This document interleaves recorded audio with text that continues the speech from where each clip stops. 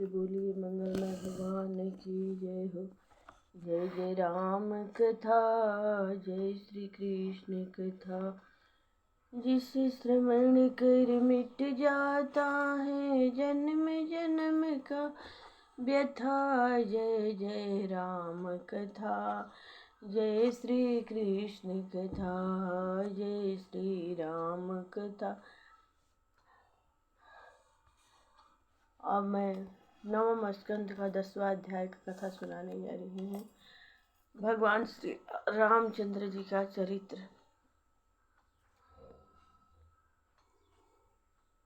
सूर्य वंश में विष्णु ने लियो राम अवतार, दैत्य वंश का नाश करी, किन्हे सुयश विस्तार। श्री सुखदेव जी बोले, हे राजन, खटवांग के पुत्र दीर्घबाहु हुए, उनके पुत्र राजा रघु हुए। रघु के अज तथा अज के महाराज दशरथ हुए। राजा दशरथ अयोध्या के राजा थे। उनकी 3 रानियां थी, कौशल्या, सुमित्रा तथा कैकेयी। रानी कैकेयी सबसे छोटी होने के कारण महाराज का उस पर विशेष प्रेम था। भगवान ने अपने 4 अंशों से राजा दशरथ के यहाँ अवतार ग्रहण किया। कौशल्या के गर्भ से राम जी ने जन्म लिया, सुमित्रा के गर्भ से लक्ष्मण जी व शत्रुघ्न जी ने जन्म लिया तथा कैकेयी के गर्भ से भरत जी उत्पन्न हुए। इन चारों भ्राताओं में परस्पर बड़ा घनिष्ठ स्नेह था। क्यों न हुए, सब एक ही श्री हरि के 4 स्वरूप थे। भगवान राम जी की आज्ञा का पालन करना ही उनका मुख्य उद्देश्य था। भगवान राम तथा लक्ष्मण जी के अपने बाल्यकाल में ही ताड़िका नाम की राक्षसी तथा सुबाहु राक्षस को मार गिराया था। वह विश्वामित्र के यज्ञ में विघ्न पहुंचाया करते थे। मारीच को दक्षिण समुद्र की ओर फेंक दिया था। उसी बीच में राजा जनक जी, जो मिथिला के अधीश्वर थे, उन्होंने अपनी कन्या सीता का स्वयंवर किया। रामचंद्र जी व लक्ष्मण जी विश्वामित्र जी के साथ मिथिलापुरी में गए तथा वहां भगवान शंकर जी का विशाल दिव्य धनुष तोड़कर सीता को प्राप्त किया। राजा जनक के भाई की 3 कन्याएं और थी। उनका विवाह भी रामचंद्र जी के तीनों लघु भ्राता लक्ष्मण, भरत तथा शत्रुघ्न के साथ कर दिया। जब महाराज दशरथ अपनी सेना के साथ अपने पुत्रों का विवाह करके मिथिला से लौट रहे थे कि मार्ग में सामने से महाबली परशुराम जी आ धमके और बोले, हे दशरथ, भगवान शंकर का धनुष तोड़कर तेरे पुत्र ने बड़ा हित किया है। तेरा पुत्र या तो मेरे इस धनुष को तोड़े अथवा मैं सबको अयोध्या जीवित न जाने दूंगा। मैंने 21 बार पृथ्वी को क्षत्रिहीन कर दिया है, अब भी मेरी बाहुओं में वही शक्ति विद्यमान है। इतना कहकर अपना धनुष श्री राम को दे दिया। रामचंद्र जी ने परशुराम जी के धनुष को एक क्षण में तोड़कर पृथ्वी पर फेंक दिया। तब तो परशुराम जी अति लज्जित हुए और रामचंद्र जी की बड़ाई करते हुए तपस्या के लिए महेंद्रगिरी पर्वत चले गए। हे राजन, तत्पश्चात राजा दशरथ ने कैकेयी के वरदान को देने के रूप में जो 2 वचन दिए थे, धरोहर रूप में रखे थे। कैकेयी ने दुर्बुद्धि दासी मंथरा के बहकाने पर भावी बस दोनों वर राजा से मांगे। एक यह कि रामचंद्र जी को 14 बरस का वनवास तथा दूसरा यह भरत को राजगद्दी। राजा दशरथ यह अनहोनी बात सुनकर अति दुखी हुए। रामचंद्र जी ने पिता के वचन का पालन करने के लिए सीता तथा लक्ष्मण के साथ वन को प्रस्थान किया।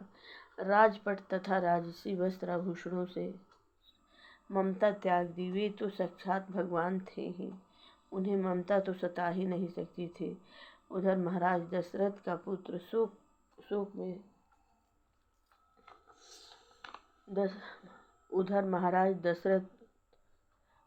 शोक में शरीरांत हो गया। तब भरत जी को ननिहाल से बुलाकर राज्याभिषेक के लिए कहा, किंतु भरत जी ने अस्वीकार कर दिया और रामचंद्र जी को वन से लौटाने के लिए पुरवासियों सहित वन में गए। किंतु रामचंद्र जी वन से न लौटे और उन्हें अपनी चरण पादुका देकर प्रजा का भार वहन करने की आज्ञा दे दी। भरत जी नंदग्राम में तपस्वी के भेष में रहकर भगवान श्री राम जी की चरण पादुकाओं की सेवा करने लगे। पंचवटी नामक स्थान पर रामचंद्र जी पर्णकुटी बनाकर अपने भ्राता लक्ष्मण तथा सीता जी के साथ रहकर कंदमूल तथा फलों का सेवन करने लगे। वहाँ पर सुपनेखा नाम की राक्षसी रहती थी। उसने कामासक्त होकर रामचंद्र जी के साथ विवाह करने की इच्छा की। तब रामचंद्र की आज्ञा से लक्ष्मण जी ने उसके नाक कान काट लिए। उसने खरदूषण त्रिशरा आदि राक्षसों से सहायता मांगी। तब 14,000 राक्षसों से अकेले रामचंद्र जी ने घोर संग्राम किया और उन्हें मारकर सुरपुर भेज दिया।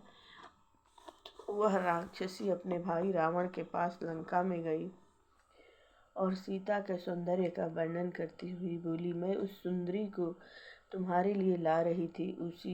इसी अपराध में मेरे नाक कान लक्ष्मण नामक तपस्वियों ने काट लिए हैं।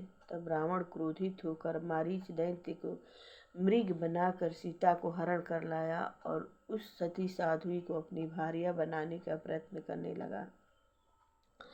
जब रामचंद्र जी उस कपट भेषधारी मारीच को, जो हिरण बना हुआ था, मारकर अपनी कुटी के लिए लौटे तो मार्ग में लक्ष्मण जी को आते देखा। जब दोनों भाई कुटी पर पहुंचे तो वहां पर सीता को न पा अति व्याकुल हुए और सीता की खोज उस वन में करने लगे। उसी कुटी से कुछ दूरी पर उन्हें एक वृद्ध जटायु नाम का गिद्ध पड़ा हुआ मिला।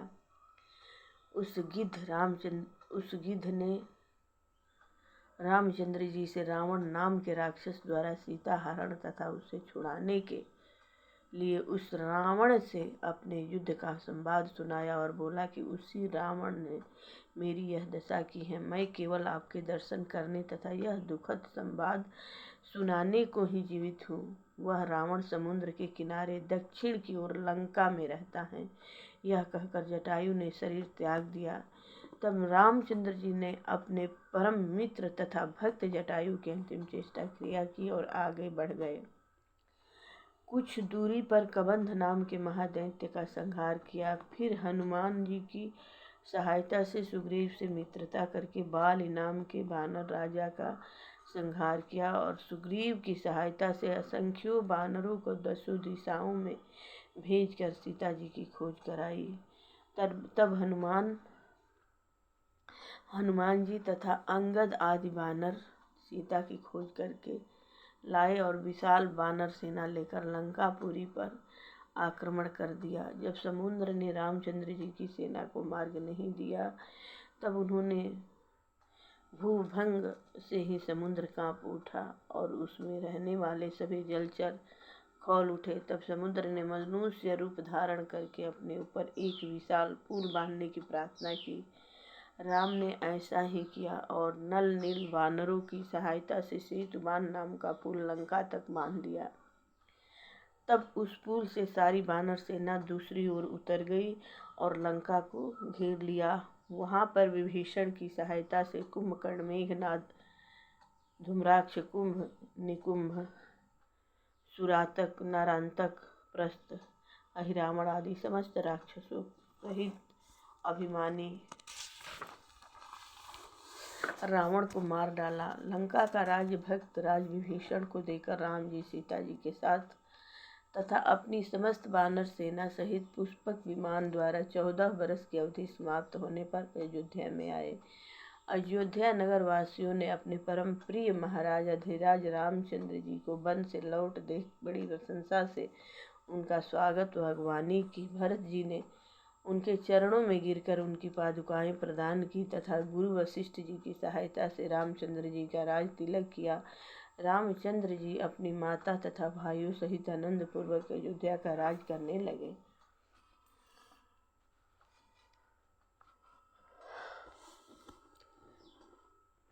भगवान श्री रामचंद्र जी के शेष जीवन का वर्णन। श्री सुखदेव जी बोले, राजा परीक्षित, भगवान श्री रामचंद्र जी ने गुरु वशिष्ठ जी की सहायता से अनेकों बड़े बड़े यज्ञ किए।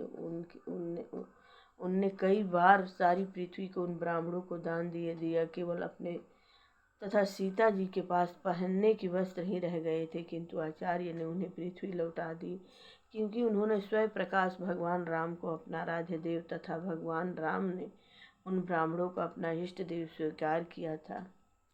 एक बार रामचंद्र जी अपनी प्रजा की दशा देखने के लिए गुप्त रूप से घूम रहे थे।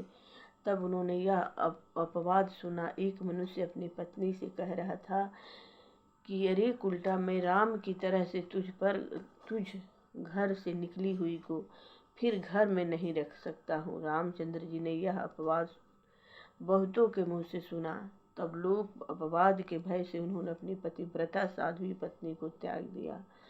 सीता जी उस समय गर्भवती थी। वे वाल्मीकि जी के आश्रम पर रहने लगी और वहीं पर लव कुश 2 पुत्र एक साथ उत्पन्न हुए। वाल्मीकि जी ने उनका जाति कर्म संस्कार किया। लक्ष्मण जी के 2 पुत्र थे, अंगद तथा चित्रकेतु। इसी प्रकार भरत जी के पुत्रों का नाम तक्ष तथा पुष्कल था। शत्रुघ्न जी के सुबाहु तथा श्रुतिसेन नाम के पुत्र थे। शत्रुघ्न जी ने मधुवन में मधु के पुत्र लवण राक्षस को मारकर मथुरा नगरी बसाई। सीता जी लव कुश को वाल्मीकि जी को सौंप कर पृथ्वी में समा गई। श्री रामचंद्र जी अपने शोकावेग को न रोक सके। तब सीता जी के पवित्र गुणों को बारंबार स्मरण करके अति दुखी हुए।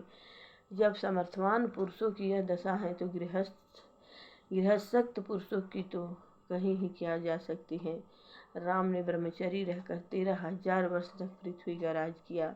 श्री सुखदेव जी बोले, राजन, भगवान राम ने राज सिंहासन पर बैठने के बाद अपने भाइयों को दिग्विजय की आज्ञा दे दी और आप स्वयं अपने भक्तों को दर्शन देते हुए सेवकों के साथ पुरी की देख रेख करने लगे। उनके शासन काल में अयोध्यापुरी लक्ष्मी, ऐश्वर्य तथा दिव्य वैभव से परिपूर्ण थी। जब वे नगर में घूमने को निकलते थे तब नगर निवासी उनके दर्शनों के लिए भेंट ले लेकर आ जाते थे और उन पर पुष्पों की वर्षा करते थे। भगवान राम इसी प्रकार राम राज्य करके अपने लोक को भाइयों सहित चले गए। प्रेम से बोलिए, मंगलमय भगवान की जय। चारों भैया चारों मैया की जय हो। जय जय अष्ट सिद्धि नवनिधि की जय हो। जय जय राम कथा, जय श्री कृष्ण कथा, जिसे श्रवण कर मिट जाता है जन्म जन्म का व्यथा। जय जय राम कथा, जय श्री कृष्ण कथा, जय।